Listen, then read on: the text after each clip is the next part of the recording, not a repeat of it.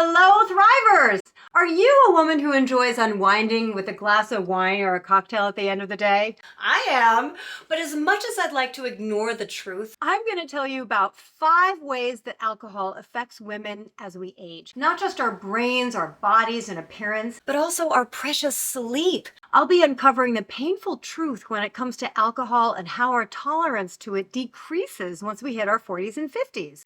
I'm Rena Hedeman, certified coach and Yale grad who loves to nerd out researching all things health and well-being for women at midlife and beyond. Welcome to Thrive After 45, where every Friday we cover a different topic important to women in midlife, whether it's skincare, body care, health, well-being, you name it. So let's dive in. First off, let me just say that I love wine or a cocktail as much as anyone. I'm not here to preach abstinence or tell you should give up alcohol. That's totally up to you. Last year, I did give it up for 6 months, and honestly, I've got to tell you, I felt 10 years younger. It was incredible, but more on that later. This video is not to judge alcohol. I just want to share information so you can decide what's best for you. Knowledge is power, right? I've spent a ton of time researching the effects of alcohol on the brain and body, especially for women age 45-ish or older, and what I found is truly worth knowing. So I feel I owe it to fellow midlife women to share it.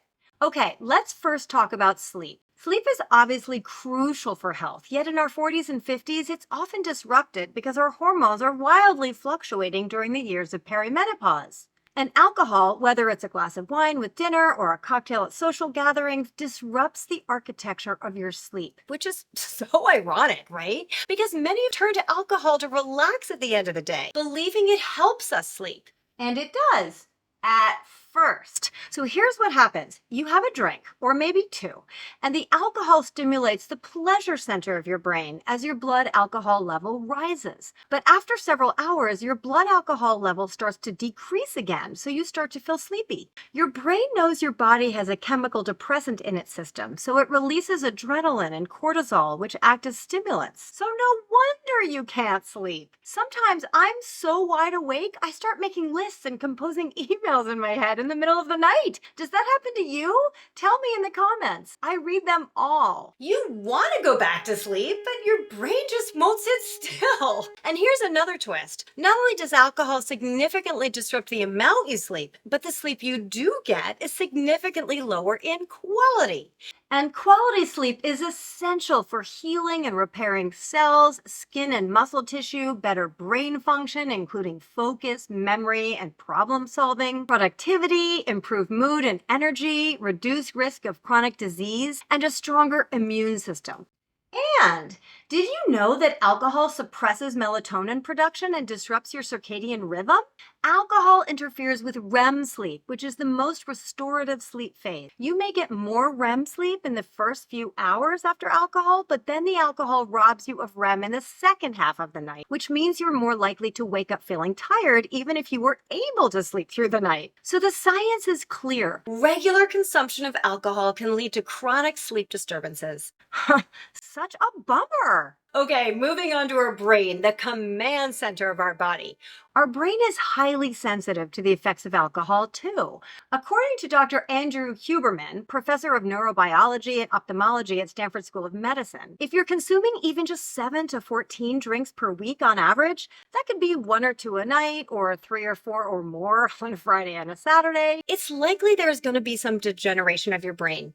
Thinning of the neocortex, loss of neurons in the neocortex, and other brain regions. That actually surprised me, because we've all been taught that a glass of red wine, just 1 each night, is actually good for you. But that has nothing to do with your brain. That has to do with the resveratrol in red wine that might potentially help your heart. But there are other ways of getting more resveratrol, but I'm not going to go into that now. And by the way, if you want to learn more from Andrew Huberman, he's got a fabulous podcast called Huberman Lab. You can find the link in the description below. So back to the brain. Alcohol alters our brain chemistry too, because it impacts our neurotransmitters. You know, the chemical messengers in the brain responsible for mood, cognition, and coordination. Unfortunately, this is particularly bad for women in our 40s and 50s and beyond, because as estrogen levels decrease during perimenopause and menopause, the brain becomes more sensitive to alcohol's effects. So the result can be a noticeable decline in memory, attention, and problem-solving skills. In fact, studies have shown a real correlation between alcohol consumption and cognitive decline starting at midlife. And it's not just about forgetting where you left your keys. Chronic alcohol use, that basically means 7 or more drinks every week, can accelerate the onset of dementia and other neurodegenerative diseases. This is a critical period where our brains are more vulnerable, emphasizing the importance of mindful drinking so we can keep our minds sharp and vibrant as we get older. Oh, and did you know that alcohol can mess with our mental health as well? Remember those neurotransmitters I mentioned? Those include serotonin, dopamine, glutamate, and acetylcholine. I think I said that right. And they regulate appetite, the sleep-wake cycle, and mood. Because alcohol messes with our neurotransmitters, it can lead to depression, anxiety, and even long-term cognitive decline. So it can become a vicious cycle. You have a glass of wine or two, or 3, to relieve stress, or just because you enjoy wine with dinner. But once you hit perimenopause and menopause, your brain is more sensitive to alcohol, so you're more likely to develop depression and anxiety, especially if you drink regularly. And then you might use alcohol to self-medicate in the short term, take the edge off. But unfortunately, that worsens depression and anxiety in the long run. And did you know, I didn't know this, we women don't metabolize alcohol as fast as men do, especially as we get older, so it stays in our system for longer. Another reason we metabolize alcohol more slowly at midlife and beyond is because our cartilage and tendons slowly start to lose water as we age. Why does this matter? The less water present in our body, the less there is to dilute alcohol in our system and combat its negative side effects. Oh, and it doesn't help that we tend to drink less water too, because as we age, our feelings of thirst become weaker. Did you know that? Okay, let's zip through the final 3, starting with skin. We might spend a lot of money and time on skincare, but then alcohol comes in and basically ruins our efforts. It dehydrates the skin, leading to a dull and aged appearance. It dilates blood vessels, which can cause redness and exacerbate conditions like rosacea. And during menopause, our skin naturally loses collagen and elasticity. You probably know that. Well, alcohol accelerates this process, contributing to more pronounced wrinkles and sagging skin. Ugh. Such a bummer. Water is so good for us. I just wish it tasted like my favorite rosé.